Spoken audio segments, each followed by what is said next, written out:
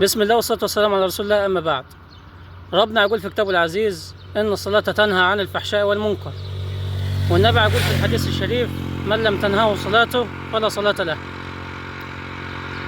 لو بصيت حواليك على الناس اللي هتصلي واللي مشهور عنهم انهم هيصلوا ويصوموا ويزكوا، وعلى الحريم الصوامة القوامة، هتلاقي حاجة غريبة خالص.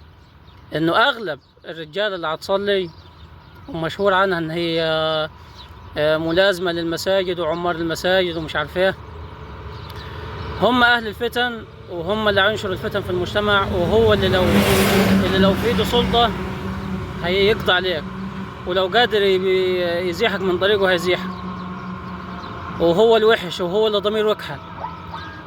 وهتلاقي برضه اغلب الحريم اللي هي الصوامة القوامة اللي مش هتقوم من على سجادة الصلاة وهتصلي الفرض بفرضه زي ما هيقولوا، وهتصوم اثنين وخميس وهتصوم سبت وحد وهتصوم اربع وثلاث ومش عارف ايه.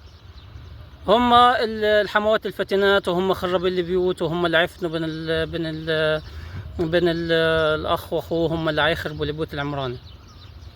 ده ما يمنعش انه في ناس ياما هتصلي وتصوم، وحريم ياما هتصلي وتصوم محترمين والناس محترمة خالص يعني.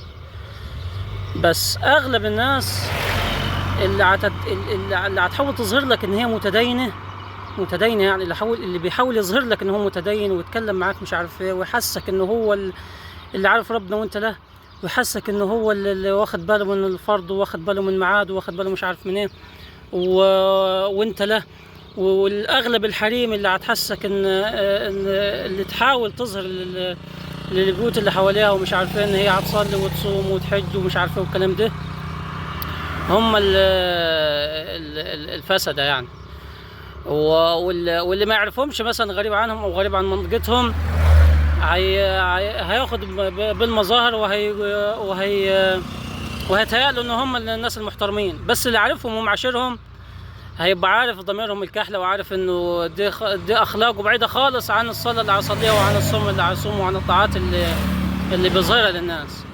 يعني انا اعرف اكتر من واحد يعني هيصلوا صلواتهم كلها، وهيصوموا طبعا بعيد عن رمضان اثنين وخميس ومش عارف ايه،